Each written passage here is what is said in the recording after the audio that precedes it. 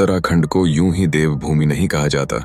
यहाँ की हर घाटी, हर पहाड़ी, हर धारा में दिव्यता बहती है और हर पत्थर पर कोई ना कोई दैविक कहानी चुपचाप बैठी प्रतीक्षा करती है आपकी श्रद्धा की, आपके विश्वास की।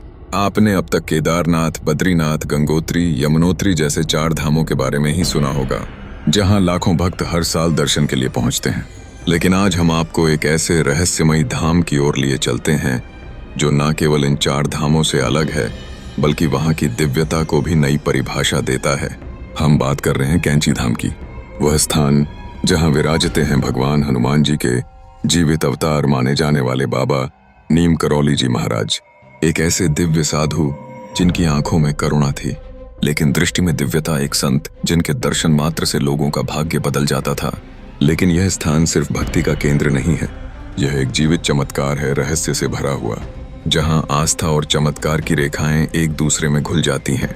क्या आपने कभी सोचा है कि एक ट्रेन से उतार दिए गए एक सादे से बाबा की कहानी कैसे आज करोड़ों लोगों की श्रद्धा का केंद्र बन गई?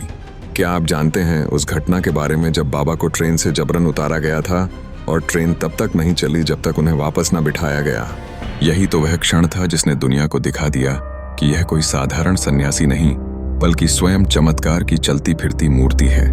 कैंची धाम में विराजमान हनुमान जी की मूर्ति को लेकर भी कई राज्य छुपे हैं।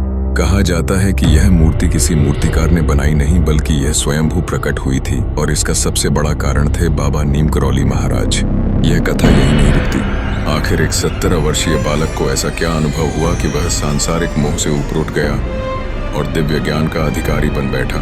यह वही बाबा थे जिनके पास शब्दों की जरूरत नहीं थी।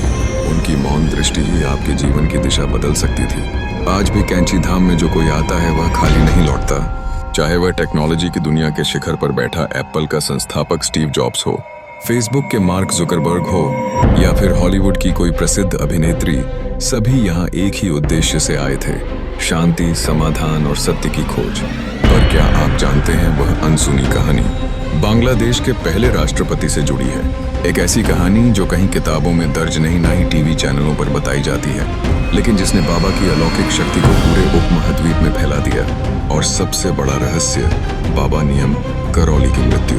क्या वह एक साधारण देह त्याग था या फिर कोई गहरा आध्यात्मिक संकेत जो उनके भक्तों के लिए छोड़ दिया गया था? दोस्तों, यह सिर्फ एक मंदिर की कथा नहीं है, यह एक जीवित आध्यात्मिक यात्रा है जो आपकी सोच को झकझोर देगी। हर मोड़ पर एक रहस्य, हर दृश्य में एक चमत्कार और हर शब्द में एक संदेश छिपा है। यह वीडियो एक दस्तावेज है उस विश्वास का जो बिना बोले भी बोलता है। तो क्या आप तैयार हैं एक ऐसे धाम की यात्रा पर चलने के लिए जहां आज भी चमत्कार घटते हैं, जहां विज्ञान की सीमाएं रुक जाती हैं और आस्था बोल उठती है? अगर हाँ, तो साथ आइए और देखिए कैंची धाम की इस रहस्यमय यात्रा को जो आपकी आत्मा को छू जाएगी और शायद आपकी जिंदगी भी बदल दे। तो चलिए शुरू करते हैं आज की इस रहस्यमयी और दिलचस्प डॉक्यूमेंट्री को। दोस्तों, नीम करौली बाबा को केवल भारत में ही नहीं, बल्कि दुनिया भर में एक दिव्य संत के रूप में जाना जाता है। वे 20वीं सदी के उन महान संतों में से एक थे जिनकी आध्यात्मिक शक्ति और करुणा ने हजारों लाखों लोगों का जीवन बदल दिया। उनकी ख्याति इतनी व्यापक थी कि देश विदेश की बड़ी हस्तियां भी उनके दर्शन की इच्छा लेकर कैंची धाम तक पहुंचती थीं।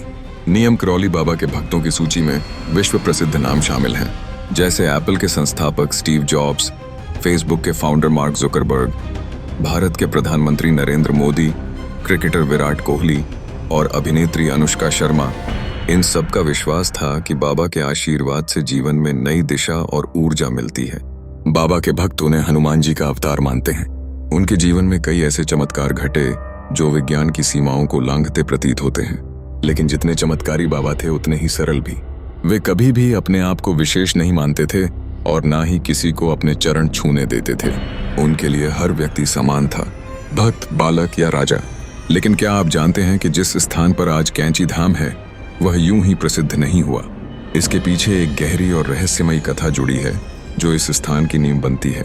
यह कहानी करीब 1940 के आसपास की है, जब उत्तराखंड की पहाड़ियों के पास एक शांत सी घाटी में एक रहस्यमयी संत का आगमन होता है।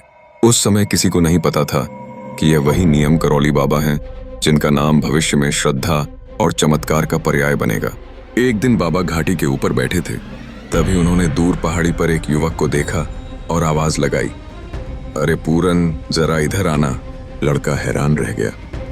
उसने सोचा ये बाबा मेरे नाम को कैसे जानते हैं। जब वह उनके पास आया तो बाबा ने मुस्कुराते हुए कहा, इतना मत सोचो, मैं तुम्हें कई जन्मों से जानता हूँ। अब मेरे लिए कुछ खाने का इंतजाम कर दो, मुझे भूख लगी है। पूरन नाम का वह लड़का भागता हुआ अपने घर गया, जहाँ उसकी माँ ने सादगी से अपनी रोटी और दाल दी। वही भोजन लेकर वह बाबा के पास लौटा। बाबा ने भोजन करने के बाद कहा, पूरन अब तुम गांव के कुछ लोगों को साथ लेकर आओ। जब पूरन गांव के 4-5 लोगों को लेकर लौटा तो बाबा उन्हें साथ लेकर जंगल की ओर चल पड़े। कुछ दूरी तय करने के बाद बाबा ने एक जगह इशारा करते हुए कहा, यहाँ जमीन के नीचे एक गुफा है, इसे खोदिए। पहले तो सभी को शक हुआ, लेकिन बाबा की बातों में कुछ ऐसा प्रभाव था कि लोगों ने खुदाई शुरू कर दी। कुछ ही देर में वहां एक गुफा निकली जिसमें एक चिमटा और धनी पहले से मौजूद थे। यह देख सभी ग्रामीण चौंक गए। बाबा की कही हर बात सच साबित हो रही थी। बाबा ने सबको बताया, यह स्थान भगवान हनुमान जी का है और यही वह जगह है जहां हनुमान जी विराजेंगे। इसके बाद गांव वालों और बाबा ने मिलकर उस स्थान का शुद्धिकरण किया और वहां हनुमान जी को प्रतिष्ठित किया गया। और यही वह पवित्र स्थान है जिसे आज पूरी दुनिया कैंची धाम के नाम से जानती है। एक ऐसा धाम जहां भक्तों को चमत्कारों की अनुभूति होती है और जहां श्रद्धा अपने चरम रूप में पहुंचती है। तो दोस्तों, यह तो थी कैंची धाम बनने की कथा। लेकिन क्या आप बाबा के जीवन परिचय से परिचित हैं, जिसके कारण उन्हें यह सब चमत्कार करने की दिव्यता प्राप्त हुई? आइए आपको बाबा के जीवन के बारे में बताते हैं। नीम करौली बाबा का जन्म एक संपन्न ब्राह्मण परिवार में उत्तर प्रदेश के अकबरपुर में 1900 के करीब हुआ था। बचपन से ही उनमें कुछ अलग ही आध्यात्मिक आकर्षण था। जब वे सिर्फ 11 साल के थे तब उनके माता पिता ने उनकी शादी कर दी। लेकिन शादी के कुछ समय बाद ही उनका मन सांसारिक जीवन में नहीं लगा और उन्होंने घर छोड़कर साधु बनने का रास्ता चुन लिया। हालांकि अपने पिता के आग्रह पर उन्होंने कुछ समय बाद घर लौटकर पारिवारिक जीवन अपनाया। वे 2 बेटों और 1 बेटी के पिता बने, लेकिन उनकी साधु वृत्ति और अध्यात्म की ओर गहरी झुकाव कभी कम नहीं हुआ। कहते हैं कि नियम करौली बाबा को महज 17 साल की उम्र में वह ज्ञान और बोध प्राप्त हो गया था, जो साधारणतः वर्षों की तपस्या के बाद किसी को मिलता है। उनके अनुयायियों का मानना है कि उनके गुरु स्वयं भगवान श्री हनुमान थे। बाबा ने अपने जीवन में भारत के कई हिस्सों की यात्रा की और हर राज्य में उन्हें अलग अलग नामों से जाना गया। ओसा के गंजम जिले में जब वे मां तारा तारिणी शक्तिपीठ की यात्रा पर पहुंचे तो वहां के लोग उन्हें हनुमान जी और चमत्कारी बाबा कहकर पुकारते थे। बाबा के जीवन से जुड़ी एक घटना ने उन्हें नियम करौली बाबा नाम दिलाया और यह घटना उनके चमत्कारी व्यक्तित्व की सबसे प्रसिद्ध कहानियों में से एक बन गई। बात उस समय की है जब बाबा एक बार ट्रेन से यात्रा कर रहे थे। उनके पास टिकट नहीं था और जब टीटी ने उन्हें देखा तो बिना देर किए अगले स्टेशन पर उतर जाने का आदेश दे दिया। बाबा शांत भाव से ट्रेन से उतर गए। जिस जगह पर ट्रेन रुकी थी उसका नाम था नीम करली। बाबा ट्रेन से उतरकर वहीं स्टेशन के पास जमीन पर बैठ गए और चिमटा धरती में गाड़ दिया। इसके बाद जो हुआ उसने सबको हैरान कर दिया। ट्रेन बार बार चलाने की कोशिश की गई लेकिन वह 1 इंच भी आगे नहीं बढ़ी। इंजन स्टार्ट था, ड्राइवर ने अपनी पूरी ताकत लगा ली, लेकिन ट्रेन हिली तक नहीं। यात्रियों के बीच खलबली मच गई और सभी को महसूस हुआ कि यह किसी सामान्य व्यक्ति का मामला नहीं है, यह बाबा की कोई दिव्य शक्ति है। तभी कुछ वरिष्ठ अधिकारी जो पहले से बाबा को जानते थे वहां पहुंचे और उन्होंने बाबा से क्षमा मांगी। ट्रेन के ड्राइवर और टिकट चेकर को भी बाबा से माफी मांगने को कहा गया।